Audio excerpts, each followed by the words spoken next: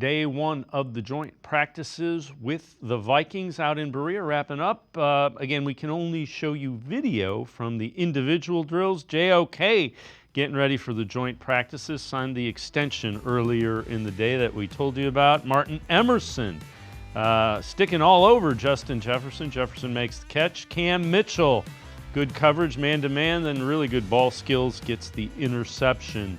Again from the Vikings.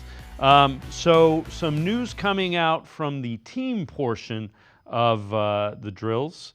Browns coaching staff made some adjustments in scrimmage to handle the blitzes that the Vikings were showing them, which is good to see. Is Brian Flores, defensive coordinator, known for kind of mixing things up and doing that.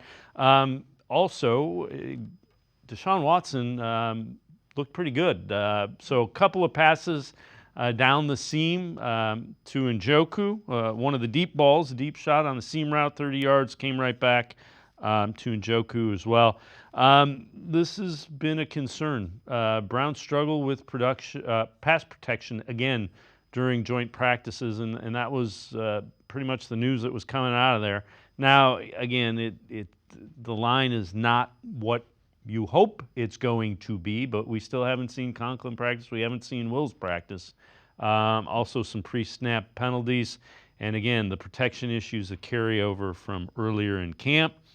And then Lance Riesland, who will be on the show later this week as well, deep out to Tillman during the 2-minute by Watson, says it's the best throw of the day. Let's welcome in Tim Bielik from the Plain Dealer, cleveland.com. Tim, so the reports are Watson looked pretty good. Line was struggling. And you have to be concerned about Denzel Ward in concussion protocol. He certainly, I hope he gets through that, but you don't want to minimize, concussions ever. Of course not. And obviously we know Denzel Ward has had a couple concussions career, so hopefully for the Browns is nothing major, that he can come back to the practice field fairly quickly.